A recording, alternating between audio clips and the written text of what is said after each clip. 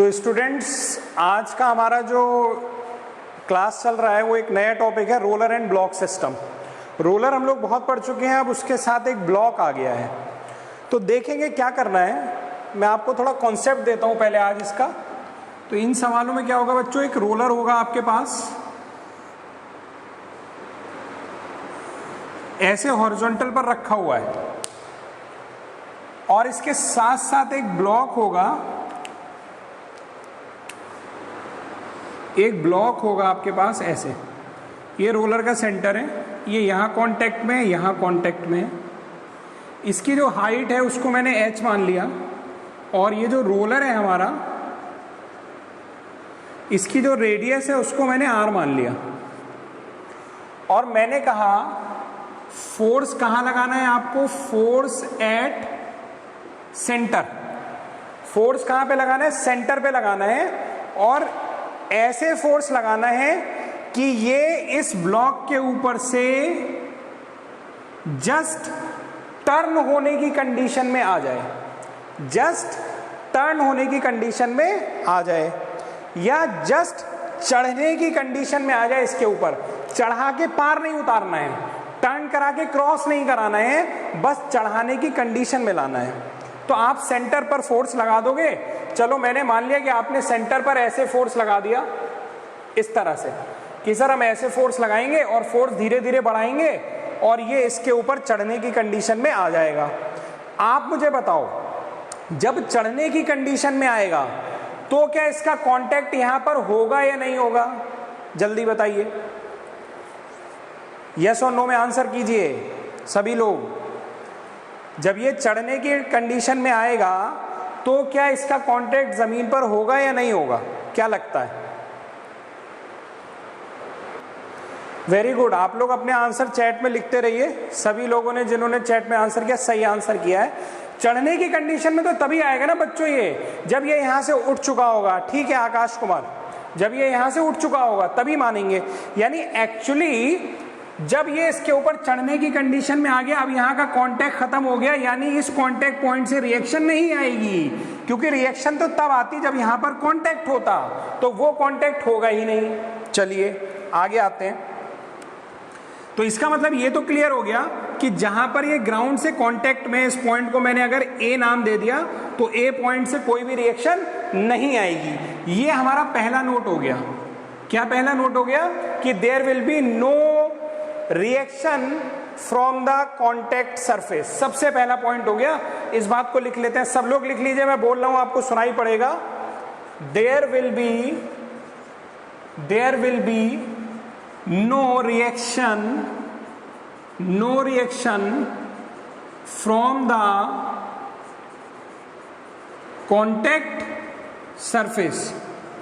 क्यों नहीं होगा? क्यों नहीं होगा बच्चों कांटेक्ट सरफेस से कोई भी रिएक्शन? क्योंकि ये हवा में आ चुका होगा, तभी तो चढ़ने की कंडीशन में आया। लेकिन अभी इसका एक कांटेक्ट यहां पर बाकी है, इस जगह तो कांटेक्ट बना रहेगा, बल्कि और जब खींचोगे तो इस पर कांटेक्ट और बढ़ जाएगा, तो यहां से तो रिएक्शन आएगी। तो बच्चों यहां की रिएक्शन कहां जाएगी? क्योंकि आपने इंक्लाइन प्लेन से तो रिएक्शन बनाना सीखा है, हॉरिजॉन्टल प्लेन से सीखा है, लेकिन ऐसे कॉर्नर पॉइंट से रिएक्शन बनाना नहीं सीखा। तो इस पर कैसे बनती है? इस पर रिएक्शन बनाने का बहुत सिंपल फंडा होता है बच्चों, कि इस कॉमन पॉइंट पर एक टेंजेंट खींच दीजिए, एक टेंजेंट खींच दीजिए, और ये टेंजेंट जो होगी वो सरफेस की तरह काम करेगी। अब सरफेस से 90 डिग्री पर रिएक्शन आएगी, तो सरफेस से 90 डिग्री पर रिएक्शन कहां से जाएगी? आपकी आदत हो चुकी है सेंटर से बनाने की, आपकी आदत हो चुकी है सेंटर से बनाने की। ऐसा कुछ है नहीं कि रिएक्शन हमेशा सेंटर से जाती है, आपकी आदत हो गई है। चलो देखो तो रिएक्शन कहां से जाएगी इस केस में, वो भी देख लेते हैं। अगर मैं इस कॉमन टेंजेंट से खींचूं रिएक्शन, इसको इंक्लाइंड सरफेस मान लिया, और यहां से 90 डिग्री खींचूंगा तो ये रिएक्शन आ गई। लेकिन ये सेंटर से क्यों जाएगी? इसलिए जाएगी क्योंकि ये एक वृत्त है, ये एक सर्किल है, और ये सर्किल की टेंजेंट की तरह काम कर रहा है। टेंजेंट से जब भी आप टेंजेंट पर 90 डिग्री वाली लाइन खींचोगे वो हमेशा सेंटर से जाती है, इसलिए ये रिएक्शन सेंटर से जा रही है। तो ये रिएक्शन सेंटर से जा रही है और फिर इसका वेट W वो मैंने ऐसे बना दिया नीचे W। अब हवा में आ गया तो उसका ये मतलब थोड़ी वेट नहीं होगा, वेट तो होगा ही होगा, लेकिन इस पॉइंट से कोई भी रिएक्शन नहीं आएगी क्योंकि ये हवा में आ चुका होगा, ये आपको ध्यान रखना है। यानी अब अगर मैं इसका फ्री बॉडी डायग्राम बनाने की कोशिश करूं बच्चों, तो इसका फ्री बॉडी डायग्राम कैसा बनेगा देखिए ज़रा।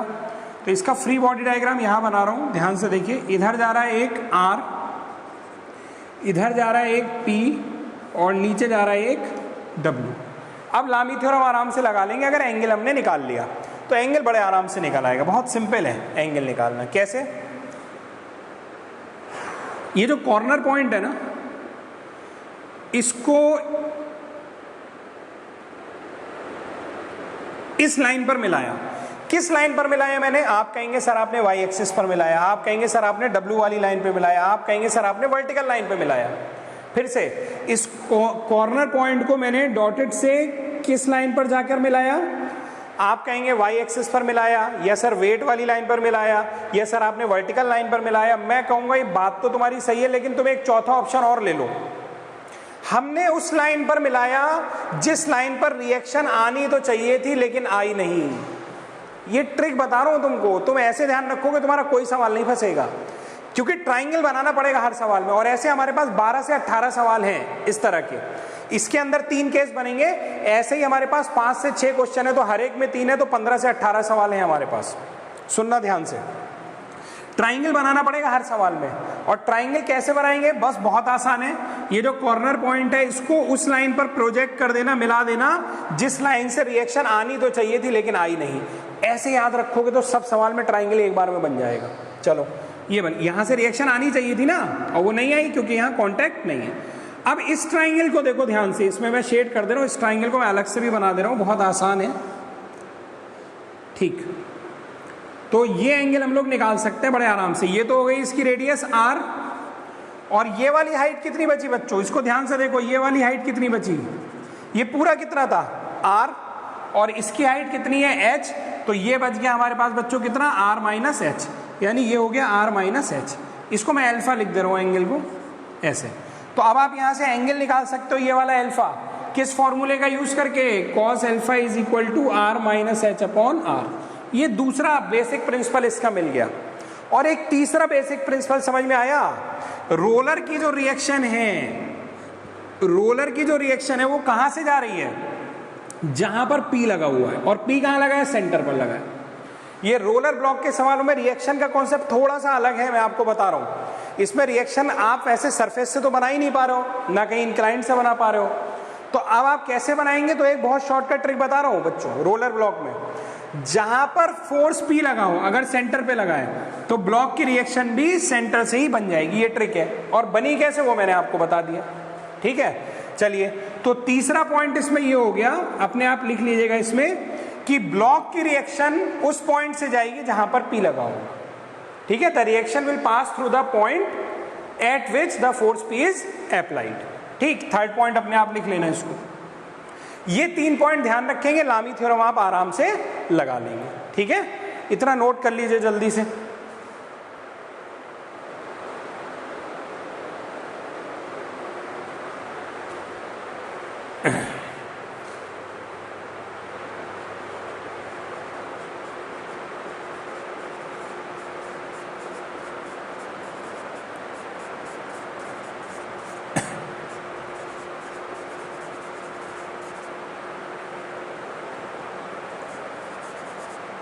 Reaction of block will pass through the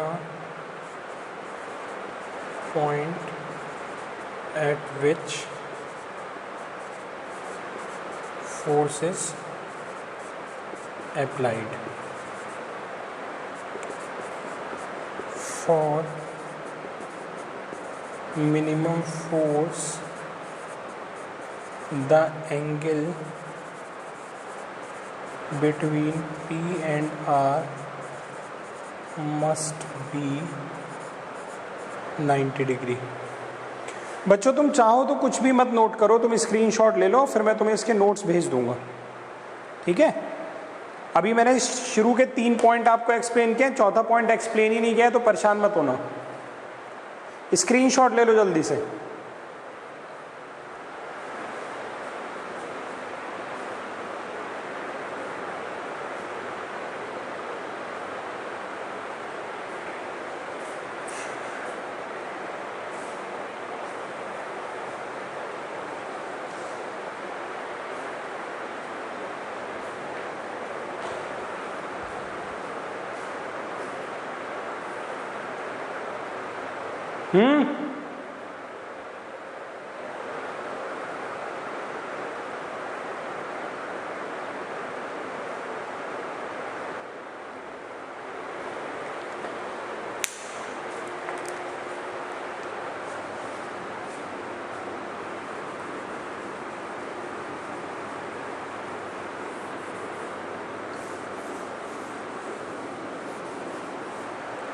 बच्चों तुम लोगों को कुछ समझ आ रहा है?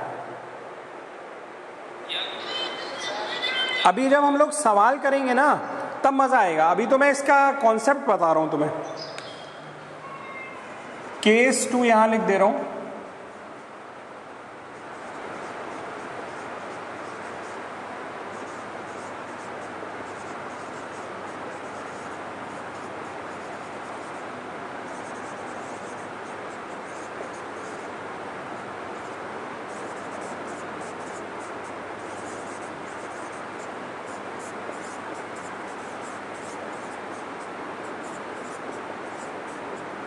ये लिख दिया मैंने, ठीक है।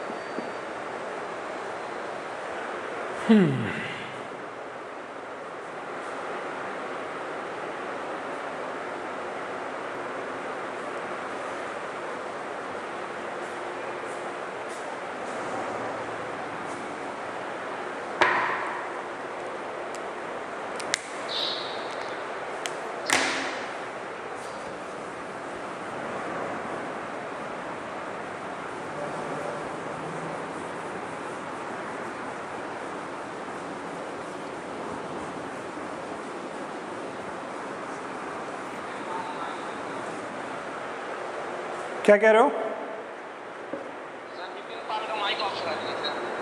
भैया? माइक ऑफ कर लो जो भी बच्चे हों।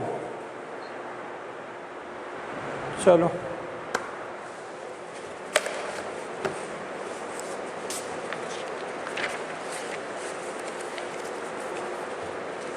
एक क्वेश्चन लिख रहा हूं।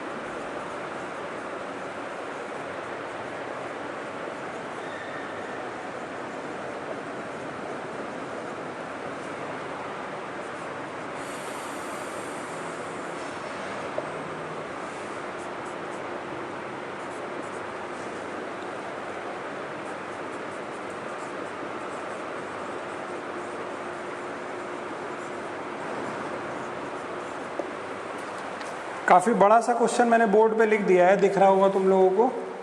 क्वेश्चन ही बड़ा है, सॉल्यूशन बहुत छोटा है, समझे बच्चों? केवल क्वेश्चन बड़ा है, सॉल्यूशन बहुत छोटा है। पढ़ लो एक बार।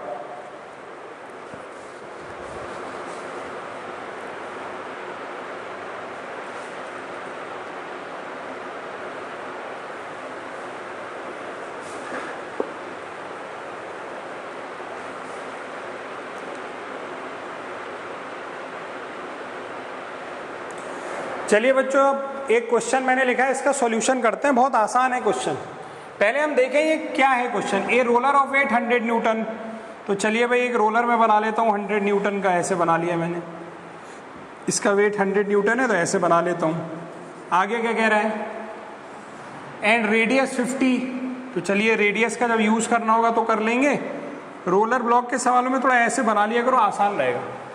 Is placed against A block of height 20 centimetre. एक ब्लॉक के अगेंस्ट रखा है ऑन ए हॉरिजॉन्टल प्लेन। यानी ये रोलर कहाँ रखा है बच्चों? ये हॉरिजॉन्टल प्लेन पे रखा हुआ है, ऐसे रखा हुआ है, ठीक। और किसके अगेंस्ट? एक ब्लॉक रखा हुआ है, तो वो ब्लॉक भी बना देता हूँ भाई। ये रहा ब्लॉक। ब्लॉक की हाइट h आपको कितना दे रखा है बच्चों? 20 दे रखा है। और इसकी जो रेडियस यानी कि r वो आपको दे रखी है 50 सेंटीमीटर। ये सारी जो डिस्टेंसेज है बच्चों, ये सब सेंटीमीटर में आपको दी हुई है। ये 50 दिया हुआ है। Find the force applied at the centre. ये देखो फोर्स कहाँ लगा है? सेंटर पे, क्योंकि दो केस डिस्कस किए थे ना अभी हमने, सेंटर और टॉप मोस्ट। तो फोर्स लगा है सेंटर पर, यहां से लगा है। चलिए आगे देखते हैं। Which will just turn the roller over the block. Just turn का मतलब चढ़ाने की कंडीशन में लाना है, और चढ़ाने की कंडीशन में आएगा तो यहां से रिएक्शन नहीं आएगी। Over the block if. अब 3 केस दिए हैं। पहले केस में फोर्स इज हॉरिजॉन्टल। जो फोर्स हम सेंटर से लगा रहे हैं वो तिरछा नहीं है, वो हॉरिजॉन्टल है। ये है हमारा पहला केस। केस 1 ये है, फर्स्ट केस। चलिए रिएक्शन तो यहीं से आएगी ब्लॉक से, और कहां से जाएगी? जहां पी लगा होगा, यही तो डिस्कस किया था। तो ये रिएक्शन सेंटर से चली गई क्योंकि पी लगा है सेंटर पर, और वेट जा रहा है नीचे। अगर फ्री बॉडी डायग्राम बनाए तो इधर एक पी जा रहा है बच्चों, इधर एक आर जा रहा है बच्चों, और इधर जा रहा है वेट। आप अगर ध्यान से देखेंगे, मैंने पहले ही कहा था पी के बारे में आपको नहीं सोचना है, वो सवाल में बताएंगे। तो पी हॉरिजॉन्टल दे दिया, आपको आर का एंगल चाहिए। बहुत ध्यान से देखो, अभी मैंने एक टेबल बना रखी है उधर। ये कौन सा वाला केस है? केस 1 है कि केस 2 है? जल्दी बोलो, इन दोनों में से कौन सा है? बोलिए। 1 है। और 1 में मैंने इतना सब जो कॉन्सेप्ट बताया था, उसमें आर का एंगल वाई वाली लाइन से कितना आ रहा था? अल्फा आ रहा था। यानी डायरेक्ट आर का एंगल वाई से कितना है बच्चों? अल्फा है। और अल्फा कैसे निकलेगा? फॉर्मूला है cos alpha is equal to R minus H upon R. देखो कितना छोटा हो गया। तो कॉस अल्फा बराबर आर की जगह 50 माइनस 20 अपॉन 50, यानी 30/50 आ जाएगा। और इसको अगर हम लोग सॉल्व करेंगे बच्चों, तो ये एंगल आएगा 53.13। अल्फा की वैल्यू आ रही है 53.13। फिर से सुन लो, केस 1 है टेबल के हिसाब से, और कॉन्सेप्ट इतनी देर डिस्कस करने के बाद मैंने आपको बताया था, क्या बताया था मैंने आपको? कि आर का एंगल वाई से कितना होगा बच्चों? आर का एंगल वाई से कितना होगा? अल्फा होगा इस केस में। तो वो मैंने डायरेक्ट बताया, सॉरी आर का, पी का नहीं, आर का। तो जो आर निकलेगा इस केस में, यहां से निकलता है, उसका वाई से एंगल कितना होगा? अल्फा होगा। वो लिखा हुआ होगा, ये आप ध्यान रखोगे तो सवाल खत्म हो गया। अब लामी थ्योरम तो लगाना जानते ही हो, ठीक। तो अब अगर हम इसमें लामी थ्योरम लगाएंगे, थोड़ा सा बड़ा बना देता हूं इधर। तो ऐसे जा रहा है आर, और ये एंगल हो गया बच्चों कितना आपके पास? 53.13, ठीक। अब इस पर लामी थ्योरम लगा लो। डब्ल्यू की वैल्यू तो आपको मालूम ही है, डब्ल्यू आपको 100 न्यूटन दिया हुआ है, ठीक। अगर कुछ लोग कह रहे हैं नहीं सर मुझे ऐसे नहीं समझ में आया, मुझे तो ट्राइंगल बनाना है, ट्राइंगल बना करके मैं देखना चाहता हूं, तब देखो हम लोग कैसे करेंगे इसको। देखिए, तो इसको यहां मिला लेते हैं। किस लाइन पर मिलाया था मैंने ट्राइंगल के लिए? जिस लाइन से रिएक्शन नहीं आई है। फिर ये वाली डिस्टेंस देखिए कितनी हो गई, ये रेडियस है, कितनी हो गई? 50। और ये कितना बचा बच्चों? ये कितना बचा बोलिए? ये वाला बच गया हमारे पास बच्चों, ये पूरा 50 था और ये हाइट 20 थी, तो ये बच गया 30। तो आप ये एंगल निकाल सकते हो कॉस अल्फा लगा के 30/50, तो वो ये निकलेगा। और अल्फा के सामने ये वाला एंगल अल्फा हो जाएगा। देखो यही तो मैंने लिख रखा है, तो तुम्हारी मर्जी। मैंने इतना सब समझाने के बाद अगर शॉर्टकट बताया तो वो अप्लाई करो ना। क्यों बार बार लॉन्ग मेथड से जा रहे हो? तुम ट्राइंगल नहीं बनाओगे कोई दिक्कत नहीं है, ये सब लिखा है पूरा नंबर मिलेगा तुमको एग्जाम में। अब इस पर लामी लगाना आसान है। देखो ये 53.13 है तो ये कितना हो गया, 90 में से इसको माइनस कर देंगे, ये एंगल 90 हो गया, ये एंगल 90 हो गया और ये एंगल 90 हो गया। ठीक है बच्चों, जरा कैलकुलेटर ले लूं मैं अपना। तो बच्चों 90 में से इसको माइनस करेंगे तो ये वाला एंगल जो आ रहा है वो आ रहा है 36.87 यार। चलिए लामी थ्योरम लगाते हैं। तो R अपॉन क्या हो जाएगा, बाकी दोनों P और W के बीच का एंगल कितना है 90, तो R upon sine 90 is equal to W ले लेते हैं 100 न्यूटन अपॉन, तो 100 अपॉन क्या हो जाएगा, बाकी दोनों फोर्स P और R है ना, तो इनके बीच का एंगल कितना है ये, तो ये हो जाएगा साइन, इसको ऐड कर दीजिए, साइन 143.13 इज इक्वल टू, ठीक है बच्चों, P आ गया, P की वैल्यू ही तो हमें चाहिए थी, P आ गया, तो P अपॉन क्या करेंगे W और R के बीच का, यानी ये टोटल एंगल 90 प्लस 36 यानी 126, साइन 126.87। इसको मैं जल्दी से सॉल्व कर लेता हूँ और P की वैल्यू बता देता हूँ आपको, 100 divided by sine 143.13 multiplied by sine 126.87। तो बच्चों ये जो P का आंसर आ रहा है यहाँ पर, चलो यहाँ लिख दे रहा हूँ बच्चों, इस्लामी थ्योरम को सॉल्व करके जो P का आंसर आएगा वो आ रहा है 133.33 न्यूटन। मैंने R नहीं निकाला है क्योंकि उसने सवाल में यही फोर्स पूछा था, बस R पूछा था तो लामी थ्योरम लगा के R भी निकाल देता, क्या दिक्कत है। तो इस्लामी थ्योरम को सॉल्व करेंगे तो P की वैल्यू बच्चों आएगी 133.33। ओके चलिए बच्चों, तो ये पहला पार्ट था हमारा जिसमें फोर्स जो था वो हॉरिजॉन्टल था। अब की बार फोर्स के बारे में क्या कह रहे हैं, force is at 30 degree upward to the horizontal. तो पूरा सिस्टम यही है, बस फोर्स हॉरिजॉन्टल नहीं है अब की बार जो फोर्स है वो हॉरिजॉन्टल नहीं है, बल्कि हॉरिजॉन्टल से लगा तो सेंटर पर ही है, वो तो पूरा इतने सवाल में लिखा हुआ है, हॉरिजॉन्टल से 30 डिग्री अपवर्ड है, डाउनवर्ड होता तो नीचे बनाता। तो ये वाला एंगल उसने दे दिया आपको इस बार 30 डिग्री। मैं कह रहा था ना P के लिए एंगल आपको नहीं सोचना है, P के लिए एंगल आपको नहीं सोचना है, ठीक है, P के लिए एंगल आपको नहीं सोचना है, आपको एंगल सोचना है R के लिए। तो R पे क्या फर्क पड़ा, कोई फर्क नहीं पड़ा, ये अल्फा वैसे निकला था और अल्फा के सामने ये अल्फा हो जाएगा और ये पूरा डायग्राम 53.13 ऐसे ही रहेगा। चेंज क्या होगा, केवल P का डायरेक्शन बच्चों, और कुछ नहीं चेंज होगा, बाकी सब ऐसे ही रहेगा, केवल P का डायरेक्शन चेंज हो जाएगा। तो मैं इसी में P का डायरेक्शन, चलो अच्छा दोबारा बना देता हूँ लोग, तुम्हें अच्छा लगेगा, थोड़ा साफ डायग्राम देख के दोबारा बना देता हूँ।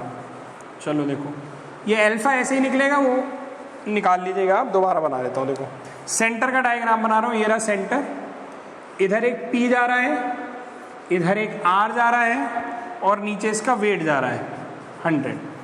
क्या हो गया भाई, ये एंगल तो वही है ना 53.13 जो अभी निकाला था, इस पे कोई फर्क थोड़ी पड़ा है, P पे फर्क पड़ा है। तो P का एंगल उन्होंने हॉरिजॉन्टल से 30 दे दिया। अब क्या इस पर आप लामी थ्योरम नहीं लगा पाएंगे, जल्दी बताओ यस और नो।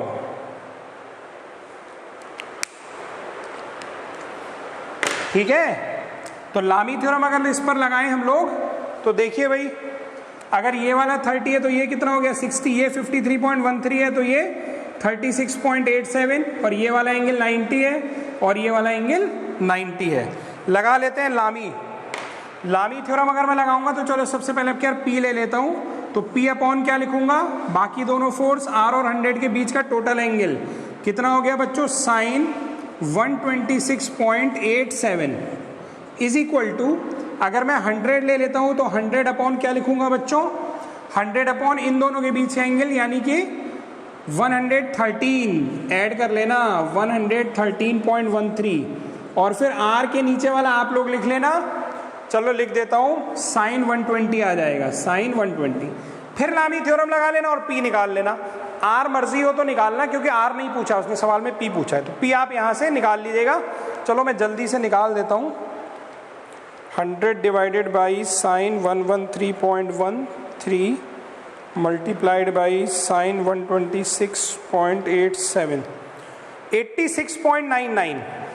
इस केस में अब की बार P का आंसर जो आ रहा है वो आ रहा है 86.99। ये पहले केस में था आंसर, ये दूसरे केस में है आंसर। देखो दूसरे केस में आंसर कम हो गया। अभी इसका बच्चों एक थर्ड केस बचा है, मिनिमम वैल्यू। चलिए स्टूडेंट्स, तो इसका एक थर्ड पार्ट और अभी रह गया था हमारा, मिनिमम वैल्यू ऑफ फोर्स के लिए। सवाल पूरा वही है, तो इसका मतलब समझते हैं। ऐसा है ना, जैसे ये रोलर है हमारा, बहुत ध्यान से देखना बच्चों, यहाँ पर ब्लॉक है, ऐसे रोलर एंड ब्लॉक बना हुआ है। इसके बाद देखिए वो कह रहे हैं मिनिमम फोर्स सेंटर पर, यह भी हमारा सवाल सेंटर वाला ही है, सेंटर पर फोर्स लगा है, लेकिन फोर्स को मिनिमम होना है। तो मिनिमम होने के लिए हमें ये नहीं पता कि P को कैसे लगाना है। इधर तो नहीं लगाएंगे क्योंकि रोलर के ऊपर चढ़ा, ब्लॉक के ऊपर चढ़ाना है, तो इधर थोड़ी लगा देंगे फोर्स। लगाना तो इधर ही है, लेकिन कितने एंगल पर लगाएं ये हमें नहीं पता है, कि किस एंगल पर फोर्स लगाएं कि मिनिमम हो, मतलब कम से कम ताकत लगाएं और रोलर उसके ऊपर चढ़ने की कंडीशन में आ जाए। ये हमें नहीं पता है। क्या नहीं पता? उसका एंगल नहीं पता है। फोर्स तो निकालना ही निकालना है हमें P, लेकिन वो एंगल हमें नहीं पता है। तो मैं एक काम करूंगा, मैं उस फोर्स को किसी भी अननोन एंगल पर लगा लेता हूं। इस एंगल को मैंने थीटा मान लिया, ये किया मैंने। बाकी रिएक्शन होगी तो रिएक्शन बच्चों वैसे ही जाएगी जैसे पहले जा रही थी। ये रही रिएक्शन और ये रहा वेट। ठीक बच्चों, बहुत ध्यान से देखना। पहले कॉन्सेप्ट बताऊंगा, फिर इसका शॉर्टकट भी बताऊंगा आपको मैं। देखिए, तो लामी थ्योरम लगाने की कोशिश अगर हम लोग करेंगे तो इस डायरेक्शन में क्या हो गया? P हो गया। इस डायरेक्शन में क्या हो गया बच्चों? R हो गया। और नीचे के डायरेक्शन में इसका वेट हो गया, जो कि आपको दिया हुआ है 100 न्यूटन, ये हो गया। हम लोग बात कर रहे हैं बच्चों P की मिनिमम वैल्यू निकालनी है, तो उसमें एंगल नहीं पता रहता है। तो अपने मन से हमने इस एंगल को कितना मान लिया? थीटा मान लिया। चलिए, ये एंगल 90 है, ये एंगल 90 है, और R का एंगल वो वैसे ही ट्राइंगल बना के आप जैसे निकालते हो ये वाला angle R minus H upon R से, तो ये इतना ही आएगा। कितना आया था इस सवाल में? 53.13 ये आया था। अच्छा, ये 53.13 है, तो ये वाला कितना हो गया बच्चों? ये हो गया 36.87। और अगर ये थीटा है तो ये एंगल मालूम नहीं है, ये हो गया 90 माइनस थीटा। अब चलिए मैं लामीज थ्योरम लगाता हूँ ज़रा। अगर लामीज थ्योरम अब लगाऊंगा तो P के साथ में ये पूरा एंगल लिखूंगा, यानी मैं लिखूंगा, यहाँ लिख दे रहा हूँ P अपॉन साइन, कितना हो जाएगा? 126.87 इज इक्वल टू 100 न्यूटन का वेट है, 100 अपॉन ये पूरा एंगल। तो अब ये पूरा एंगल देखो कितना हो गया बच्चों, इसको जोड़ो तो 90 माइनस थीटा प्लस 53.13, यानी हो गया साइन 143.13 माइनस थीटा, जब हम इसको ऐड करेंगे। और R वाला मैं लिख नहीं रहा, R तो वैसे भी नहीं पूछा है तुमसे, P की बात कर रहा है, तो P मैं निकाल लूंगा। इसको थोड़ा सा ऊपर बना देता हूँ, ये 100 न्यूटन इसका वेट है। तो ये लामी थ्योरम आई। यहाँ से अगर मैं P की वैल्यू निकालने की कोशिश करूँ तो क्या वैल्यू निकलेगी? यहाँ तक कोई डाउट है बच्चों? क्योंकि P का एंगल नहीं मालूम है, तो मैंने उसको थीटा मान रखा है। देखिए, अब यहाँ से अगर मैं P की वैल्यू बच्चों निकालूंगा तो P इज इक्वल टू कितना हो जाएगा? 100 मल्टीप्लाइड बाई साइन, ये ऊपर जाएगा, बहुत ध्यान से देखना, sine 126.87 upon sine 143.13 minus theta. इस P की वैल्यू को हमने निकाल लिया, लेकिन ये P की वैल्यू बच्चों क्या होनी है? मिनिमम होनी है। क्या होनी है? मिनिमम होनी है। तो देखो ऊपर वाली जो क्वांटिटी है वो तो फिक्स है, उसमें आप कुछ नहीं कर सकते भाई। 100 को नहीं बदल पाओगे, इस एंगल की वैल्यू को नहीं बदल पाओगे। तो ये वैल्यू जो चेंज हो सकती है वो केवल इस नीचे वाले से, क्योंकि नीचे एक थीटा है, इससे चेंज हो सकती है। तो P को होना है मिनिमम, तो अगर P को मिनिमम होना है तो नीचे वाले को होना पड़ेगा मैक्सिमम। एक बात बताओ, जैसे 2/3, 2/4, 2/5, या 2 छोड़ो, तुम लोग 1 की कैलकुलेशन आराम से जानते हो, 1/2, 1/3, 1/4, 1/5। जैसे जैसे नीचे वाली चीज बढ़ती है पूरा आंसर इसका 0.5 आएगा, 0.33 आएगा, 0.25 आएगा, 0.20 आएगा। तो जैसे जैसे नीचे वाली चीज बढ़ती है हमारा जो फुल आंसर होता है वो धीरे धीरे मिनिमम होने लगता है, कम होने लगता है। जैसे जैसे नीचे वाली चीज बढ़ती है, जैसे जैसे डिनोमिनेटर बढ़ता है, पूरी फ्रैक्शन का आंसर मिनिमम होने लगता है। तो डिनोमिनेटर जब मैक्सिमम होगा तब इस पूरे फ्रैक्शन का आंसर मिनिमम होगा। तो डिनोमिनेटर को मैक्सिमम करना है हमको। इसका मतलब अगर P को मिनिमम होना है, for P to be minimum, P to be minimum, P का मतलब ये पूरी फ्रैक्शन, इसको मिनिमम होना है, तो sine 143.13 minus theta should be maximum. और हमको एक बात पता है कि साइन के अंदर कोई भी एंगल हो तो उसकी मैक्सिमम वैल्यू कितनी होती है, 1 होती है। साइन की मैक्सिमम वैल्यू कितनी होती है बच्चों, 1 होती है। So sine 143.13 minus theta should B 1, और 1 साइन में किसकी वैल्यू होती है, 90 डिग्री की वैल्यू होती है, यानी कि sine 143.13 minus theta is equal to sine 90 degree. दोनों तरफ से साइन हटाएंगे तो 143.13 minus theta is equal to 90, तो थीटा बराबर बच्चों कितना हो जाएगा, 90 इधर आके माइनस हो जाएगा, थीटा उधर जाके प्लस हो गया, तो ये वैल्यू आ गई हमारे पास कितनी, 53.13 इज इक्वल टू थीटा। हाँ ठीक है, ये थीटा की वैल्यू आ गई। इस थीटा पर जब तुम फोर्स लगाओगे, इस थीटा पर जब तुम फोर्स लगाओगे तो ये फोर्स P मिनिमम होगा, यानी कि बच्चों थीटा की वैल्यू इतनी आ गई P मिनिमम के लिए। तो इसको अगर मैं दोबारा बनाऊं, जरा देखना बहुत ध्यान से, तो ये P हो गया, ये R हो गया, और ये वेट हो गया। बहुत ध्यान से देखना, लामी थ्योरम वाला 100 न्यूटन, ये वेट हो गया, ये x वाली लाइन हो गई हमारी, और ये y वाली लाइन हो गई। जरा एंगल देखना, ये थीटा मैंने निकाल लिया ना, अब कितना, 53.13, और ये एंगल भी मैंने पहले से निकाल रखा था, कितना, 53.13, बराबर आए हैं, कंफ्यूज मत होना, हमें ऐसे ही निकालना है कैलकुलेशन से, ठीक। ये वाला एंगल कितना था बच्चों, ये था 90 माइनस थीटा, यानी 90 माइनस 53.13 यानी 36.87, और ये एंगल कितना है बच्चों, ये भी है 36.87। तो अब आप इस पर आराम से जो है लामी थ्योरम लगा सकते हो। लेकिन ये केस कौन सा हो गया, P की मिनिमम वैल्यू का। ज़रा एक बात देखो, ज़रा P की मिनिमम वैल्यू के लिए जो थीटा निकल के आया है, उसने इस पूरे सवाल को कुछ ऐसा बना दिया है कि P और R के बीच का टोटल एंगल जोड़ो 53.13, और ये एंगल जोड़ो, कितना आ रहा है, ये एंगल कितना आ रहा है, ये एंगल आ रहा है जोड़ने पे 90, यानी P मिनिमम के केस में ऐसा थीटा निकल के आता है कि P और R के बीच का एंगल 90 हो जाता है।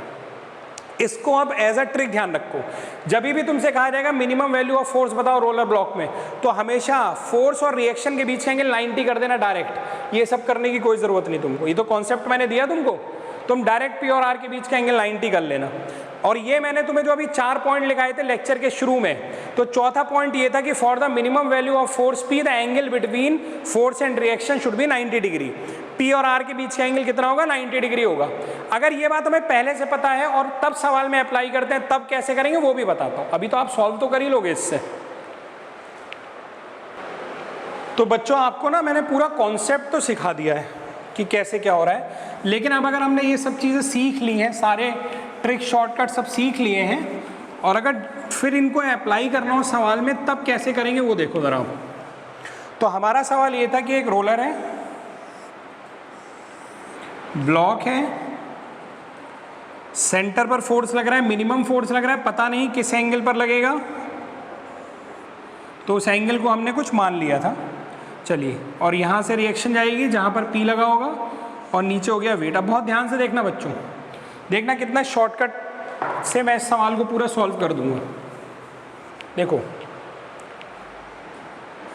P R weight, R P के बारे में तुम्हें सोचना ही नहीं है, तुम्हें R के बारे में सोचना है।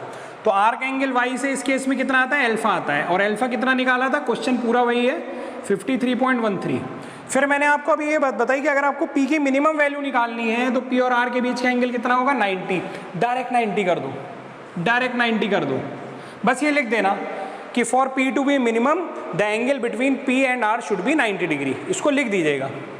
तो अगर ये पूरा 90 है तो ये कितना आ गया, 36.87। अब क्या लामी नहीं लगा पाओगे इस पर, अब लगा लेना। ये 36.87 है तो ये कितना बचा, 53.13, और ये 53.13 है तो ये कितना बचा, 36.87, ये 90 और ये 90। लामी थ्योरम लगा लेना और P की मिनिमम वैल्यू निकाल लेना, ठीक है। तो बच्चों ये मैंने 3 केस डिस्कस किए रोलर ब्लॉक का। पहला केस का जो सवाल था उसमें 3 अलग अलग क्वेश्चन थे, पी हॉरिजॉन्टल, पी एक पर्टिकुलर एंगल पर और पी की मिनिमम वैल्यू। तो पी तीनों ही केस को मैंने आसान तरीके से और कॉन्सेप्ट दोनों सारे तरीके से बताया है, ठीक है। तो आप वीडियो को शुरू से पूरा देखिएगा, कॉपी में नोट कर लीजिएगा, कैलकुलेटर लेके बैठिएगा, जहाँ नहीं समझ में आए तो मुझे कमेंट बॉक्स में लिख करके बताइएगा। Thank you very much.